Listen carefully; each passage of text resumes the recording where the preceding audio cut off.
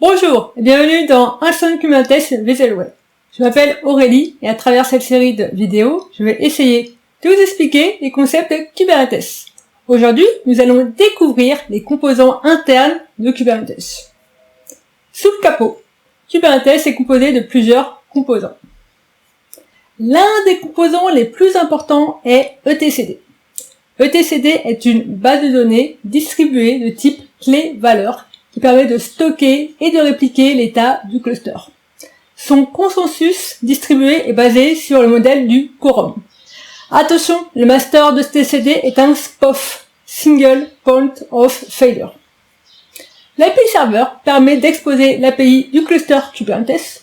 Il s'agit de l'interface entre l'utilisateur et le cluster. En gros, tout passe par lui. Donc si à un moment il a trop de travail, trop de demandes, il est designé pour scaler horizontalement.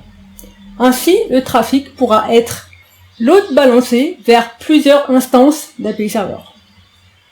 Le scheduler est responsable de trouver le meilleur node qui pourra accueillir le nouveau pod.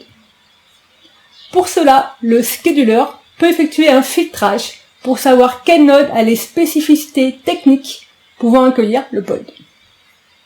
Le contrôleur manager est responsable d'effectuer les changements afin de passer de l'état courant vers l'état désiré.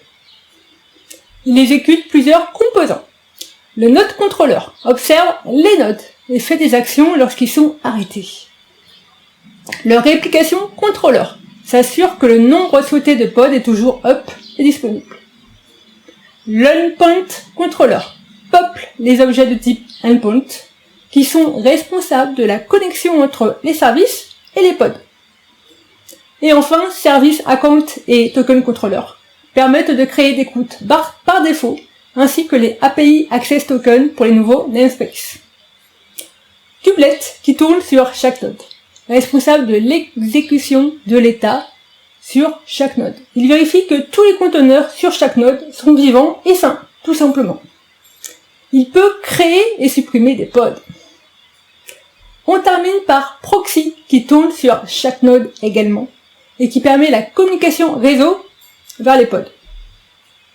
Comme vous l'avez vu, contrairement à ce qu'on peut imaginer de prime abord, derrière Kubernetes ce n'est pas de la magie, mais une armada de composants qui ont chacun une tâche précise et qui le font bien. J'espère que cette petite vidéo vous a plu et que cela vous a donné envie d'en savoir plus. Merci et à la prochaine, j'espère, sur la chaîne.